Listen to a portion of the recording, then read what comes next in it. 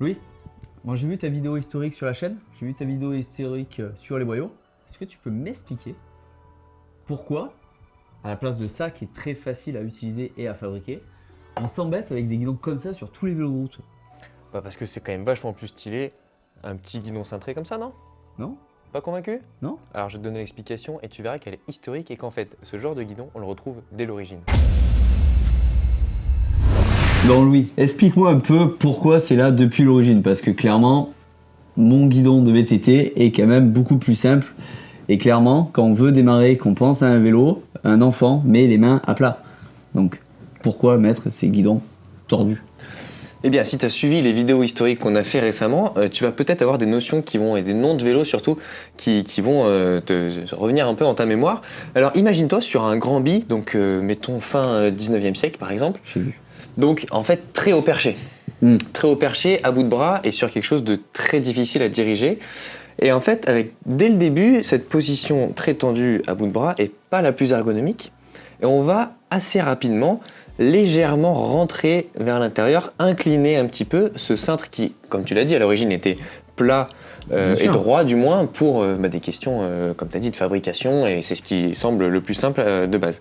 Mais on va assez rapidement finalement l'incurver. Et regarde, si tu regardes bien ton guidon de VTT, et ben, on retrouve cette forme légèrement vers l'intérieur pour avoir une position un petit peu plus naturelle et pouvoir plus facilement tourner d'un côté ou de l'autre. Rappelons que la roue d'un grand bi, c'est quelque chose de vraiment immense, plus grand que la personne sur laquelle est le vélo. Et donc avoir cette légère aide pour pouvoir tirer, finalement, ça va assez aider. Et alors, rapidement après le grand bi, on va avoir ce qu'on a appelé le safety bike. Donc c'est un petit peu l'ancêtre du vélo moderne. C'est le premier vélo, je le répète, qui va avoir des roues de même taille. Donc on va se retrouver un petit peu plus bas. Donc on va avoir, mais on va se poser le problème du développement. Si tu te souviens de la vidéo de la chaîne, on va toujours être un petit peu limité par le développement. Et on va assez vite chercher finalement des solutions pour, comme quoi cela aussi c'est une considération assez ancestrale presque, J'ai peur. pour améliorer l'aérodynamisme. Je savais que tu allais dire ça. Tout simplement, comme on ne peut pas adapter son braquier, on va chercher à éviter les bosses, ça ok, mais on va aussi chercher à se faciliter la vie et on va assez naturellement prendre une position penchée vers l'avant, permise grâce justement aux roues de même taille. Et de ce fait, la position quand tu es penché vers l'avant, on roule très peu finalement les mains en haut quand on est sur un vélo de route. Oui. Donc on va assez vite vouloir avoir les mains un peu comme un Playmobil, droite comme ça dans le prolongement, dans la position anatomique finalement, dans le prolongement des bras.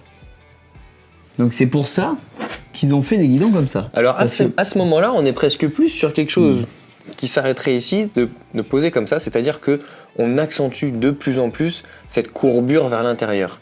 Mais on reste sur quelque chose qui est sur le même plan. C'est-à-dire qu'on va pas avoir, en anglais ça s'appelle un drop bar. Drop c'est tomber, c'est la chute. Donc on voit bien, ici on a une première partie haute, et ça c'est ce qu'on appelle le drop en anglais, donc la chute. On n'a pas tellement, on a cherché d'ailleurs un équivalent en français, on n'a pas vraiment trouvé. On a fini par dire cintré, mais cintré ça relève pas vraiment cet aspect de position haute et position basse. Non, le cintre c'est uniquement le fait de courber du exactement. métal. Donc on a effectivement assez rapidement avec ce qu'on appelle le back sweep. Donc c'est un retour sur le même plan, mais un retour vers l'arrière pour avoir une position neutre des mains. La position, et c'est important pour la suite, qu'on va retrouver main en cocotte finalement. Mais pourquoi là ils où ont on passe pas le plus de temps. tout simplement fait des guidons en U? Et il est où le U Ben, dans l'histoire? Il est où donc le U? un cintre plat avec deux retours comme ça, un peu comme un guidon de randonneuse ou un vélo hollandais, finalement avec un retour beaucoup plus prononcé. Pourquoi faire cette histoire Eh bien c'est de guidon exactement, qui descend? c'est exactement ce qu'ils ont fait à ce moment-là. Et va apparaître le dérailleur et les freins sur le vélo. Jusque-là, les freins, c'était le pignon fixe. C'était éventuellement des sortes de tampons sur la jante. Des choses qui freinaient pas grand-chose à mon avis. C'était surtout les pieds sur la route. Depuis que tu avais dit que toi, Plutôt, de toute façon, il n'y avait plus rien qui freinait avant. Non, ça c'est sûr. Mais bon, à mon avis, un petit tampon en cuir sur du jante en bois, ça devait quand même pas être génial. Et sont arrivés donc les freins puis le dérailleur. Et donc il a fallu trouver un endroit pour mettre ses poignets. Tout simplement, parce qu'on a ces leviers de frein. Et du coup, avec un cintre plat recourbé, on savait pas trop où les mettre et l'accès au frein n'était pas très pratique. Et donc, on a commencé à créer un espace exprès dédié à la poignée de frein, et sauf qu'on n'avait plus de place pour les mains. ne savait plus vraiment où mettre ses mains. Parce que les premières poignées de frein, jusque-là, je suis. Les premiers leviers de frein, on est vraiment sur un levier de frein. On n'est pas sur une cocotte ergonomique. Là, on est sur, tu vois, si tu prends un nouveau SRAM Raid, un GRX, on est sur une cocotte ergonomique qui suit le. Oui, avec un caoutchouc confortable. Et une guidoline, j'y viens. On en est très loin, on est vraiment sur des leviers qui prennent un petit peu de place. Et donc, c'est là que le drop intervient, puisqu'on va dissocier la partie où il y a le freinage de la partie où on met les mains. C'est-à-dire que quand on va commencer à créer ces deux niveaux, on va mettre ses mains en bas et on aura le levier de frein qui va être plutôt sur le dessus parce que ça prend de la place. En levier de frein, on n'a pas encore des systèmes à double pivot pour améliorer l'efficacité de freinage. On est vraiment sur quelque chose de très simple. Je tire, ça vient, je tire un levier et ça vient appuyer sur la jante. Donc il nous faut de la place pour avoir un grand levier, pour avoir de la puissance. Et donc on libère cet espace pour les mains en bas. Ouais, bon, tu m'as parlé du dérailleur, Louis, mais clairement à cette époque-là, déjà il y avait que 2 vitesses et en plus de ça, les manettes étaient sur le cadre. Et de plus, pour les freins, encore une fois, pourquoi il n'y a pas assez de place là-dessus? Alors, pour le dérailleur, tu as bien raison, c'est pas ça qui va faire. Par contre, on va commencer à avoir des systèmes de câbles un peu plus intéressants avec des pivots et on va créer donc des poignées. Encore une fois, c'est pas les poignées d'aujourd'hui. Tu vois, ta petite potence là, ça ressemble assez aux vieilles poignées, vous savez, avec les câbles qui ressortent. On a tous à un moment donné, si ce n'est roulé, au moins vu ce genre de cintre assez historique dans le Tour de France. Bien sûr. Eh bien, cette poignée va créer un nouvel espace pour les mains. Oui. On va enfin pouvoir rouler main en cocotte. Donc là, on roule main en bas pour être aérodynamique. N'oublions pas que le début du XXe siècle, c'est l'essor des courses de vélo. Et si on regarde les images d'archives, les gars sont main en bas, le dos courbé, à essayer de rentrer la tête pour baisser la tête pour l'air d'un coureur, simplement. D'ailleurs, ils ont tous perdu 20 cm. Hein, c'est pas faux. Et du coup, vient aussi l'apparition, je vois que tu en as une ici, de la guidoline. Oui. Parce que jusqu'à présent, un cintre, on glissait un petit peu sur le cintre. On glissait sur le cintre, la position main en haut n'était pas très confortable. Et en fait, l'apparition de la poignée puis de la guidoline va permettre d'avoir plusieurs positions. N'oublions pas que quand on fait un Tour de France, on fait des étapes de 4, 5, 600 km. Oui, et puis les poignées qui tiennent le levier de frein étaient en métal. Il n'y avait même pas de caoutchouc à la base dessus. Hein. À la base de la base, non. C'est là qu'intervient le ruban de cintre en tissu à cette époque-là, voire en cuir. Et du coup, qui va permettre l'utilisation d'avoir 3 voire 4 positions de main différentes, main en bas, main en haut, main en cocotte et éventuellement une position un petit peu intermédiaire du fait de la faible taille des cocottes. Sachant qu'à l'époque, on parle d'aéro, tu me parles d'aéro, mais il faut pas oublier que ok, leur vélo était très très lourd, le rendement était très très mauvais, mais par contre, ils roulaient quand même à 40 à l'heure. Bon, 40 à l'heure, je suis pas convaincu, mais ce qui est sûr, c'est qu'ils roulaient relativement vite. J'ai regardé les vitesses, c'est quand même assez impressionnant. D'ailleurs, je me demande quelle puissance ils faisaient. Je pense que c'était beaucoup plus puissant que maintenant, hein, de manger des beefsteaks comme ça. Ouais. Non, mais c'est vrai. C'est une vidéo qu'on devrait se faire, essayer de rouler à la vitesse des Tours de France des années 1910 avec le même vélo. Non. Si, c'est une belle vidéo, ça, tu serais content, je pense. Alors, le cintre, en tant que point de contact, un des 3 points de contact qu'on a sur nos vélos, allie toutes les caractéristiques qu'on peut attendre de sa machine, c'est-à-dire la sécurité avec la maniabilité et l'accès aux commandes, l'aérodynamisme et donc la performance avec sa forme et la position qu'elle nous permet d'adopter, et aussi le confort via l'ergonomie et par exemple la guidoline également. Et dans ce souci, notamment en ergonomie, on a eu assez rapidement ce genre de forme, je ne sais pas si ça se voit correctement, qu'on va appeler anatomique. Assez angulaire, on va dire. Oui, en fait, avec un léger replat. Ouais. C'est-à-dire que ça tourne, après on a un plat, et ensuite ça vient vraiment à l'horizontale. Alors que les cintres historiques étaient particulièrement ronds ici, et carrés ici, ce qui est encore le cas de celui-ci, vous verrez la différence avec le prochain. Et donc ça peut créer des douleurs aux avant-bras quand on sprint, les mains en bas par exemple. Et ici, à l'inverse, ici c'est très ergonomique, ça permet de retrouver notre main Playmobil, c'est-à-dire ce bras relâché exactement dans l'axe, qui évite les angles de poignet catastrophiques qui peuvent être très douloureux au fil des kilomètres. Mais c'est des cintres aussi qui avaient un énorme écart entre le bas et le haut. Alors c'est ce qu'on appelle le drop, alors ça vient de l'anglais, on n'y peut rien. Si vous cherchez un cintre, vous avez le drop, donc c'est l'écart entre ici et ici, et vous avez le reach, donc ça c'est la portée, l'écart entre l'axe finalement du cintre et le bout ici. Pourquoi c'est important ? Parce que au début des années 2000, FSA va inventer une forme, là clairement dédiée plus à la compétition et au côté compact, et d'ailleurs c'est le nom de cette technologie, la technologie compacte. Et si on regarde bien la différence, de côté, hop, on voit que celui-ci finalement se rapproche des tout premiers cintres cintrés comme on a dit, tout premier cintre, c'est-à-dire avec un moins gros écart entre la position basse et la position haute, et aussi une moins grande portée, c'est-à-dire qu'on va être moins allé chercher à bout de bras, on va avoir un accès aux commandes facilité et la possibilité de plus souvent rouler les mains en bas. La position numéro 1 du cycliste, c'est mains en cocotte, relativement relevées. Et en fait, avec des drops, des chutes qui sont relativement grandes ici, et ben finalement on a parfois du mal à atteindre les positions main en bas, qui sont pourtant celles où on a le plus de maniabilité. Avec le cintre compact, on va facilement avoir accès à la position main en bas, qui est la position privilégiée des descentes, des sprints, de l'accès au frein. Ça, c'était une belle évolution qui est arrivée il y a une dizaine d'années. Et qui en fait concerne toujours une bonne majorité des cintres. Si j'ai ici, j'ai ici par exemple un demi-cintre Canyon, puisque c'est le système des drops Canyon. Donc là, c'est le classique drop bar de chez Canyon. Et on retrouve cette forme compacte avec une portée relativement faible. Et là, pareil, un drop relativement mesuré et qui garde, par contre, le côté anatomique de le cintre dont on a parlé tout à l'heure, avec un léger replat ici pour ne pas se casser les poignets.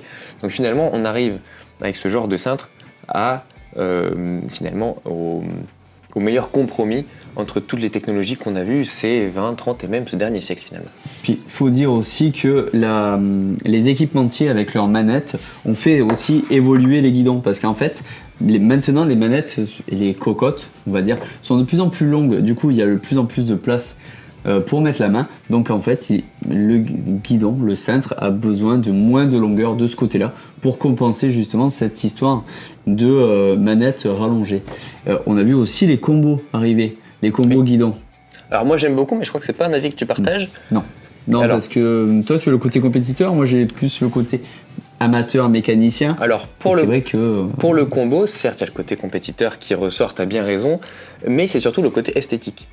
Je trouve que depuis qu'on a enlevé les gaines, ce qui est rendu possible en grande partie les gaines et les durites grâce au cintre combo, je trouve que quand même un vélo c'est vachement joli. Et quand je vois un vélo avec ne serait-ce qu'une durite, celle du frein avant souvent, qui sort, c'est une des premières choses que je remarque et c'est aussi et beaucoup pour ça que j'aime les cintres intégrés. Mais comme tu l'as fait remarquer, c'est très compliqué en termes de maintenance. Et c'est pour ça qu'on a fait évoluer, ou du moins les marques ont fait évoluer les technologies. Avec, toujours, si je reprends mon Canyon, vous voyez qu'ici il y a la place pour la durite, parce que les durites passent en extérieur, donc on a tout l'intérêt de nos anciens cintres où tout passait par l'extérieur, caché par la guidoline. Et ensuite ça vient passer dans la potence, et là ça reste un passage, un routage interne pas forcément très facile. Dans la potence ça va, c'est dans les roulements après. Oui voilà, c'est ça. Après il y a d'autres marques comme Deda par exemple ou FSA qui ont sorti des potences, alors des systèmes semi-intégrés, c'est-à-dire qui passent à l'intérieur comme ici, qui ressortent de la même manière que le cintre Canyon, et qui ensuite c'est un capot qui vient cacher la potence. Et là ça passe dans le jeu de direction, mais il y a un espace qui fait pour, c'est un compromis entre le côté plutôt esthétique, l'aérodynamisme et la maintenance relativement facilitée par rapport à un cintre complètement intégré, un combo complètement intégré, très fin, où là ça peut être très, très casse-tête. Non mais après, question esthétique, c'est sûr qu'un cintre totalement intégré est joli. C'est au niveau de la potence, moi je trouve ça un peu moins joli, mais sans parler de beauté, au niveau changement de longueur de potence, c'est vrai que je trouve qu'à l'heure actuelle on est quand même assez restreint, dans le sens que si on veut changer juste une potence, à l'époque ça valait entre peut-être 50 et 100 euros suivant, sans parler de carbone. Changer un cintre pour une longueur de potence, à l'heure actuelle, il y a des fois il vaut mieux changer de vélo. Au-delà, oui, il y a le prix, il y a aussi la mécanique à faire qui est quand même relativement compliquée. Si on est en disque, pour le coup, autant le disque ça s'entretient facilement, autant changer la durite et refaire tout le système et repasser à l'intérieur, c'est beaucoup plus compliqué. Et alors, quel avenir tu vois pour ces cintres justement ? L'avenir pour moi, ça va être le retour de la potence.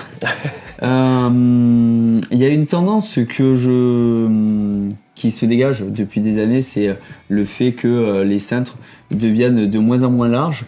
Et je pense que ça, on en reviendra, dans le sens que l'UCI essaie de le restreindre le plus possible pour améliorer la sécurité des coureurs, et notamment la stabilité.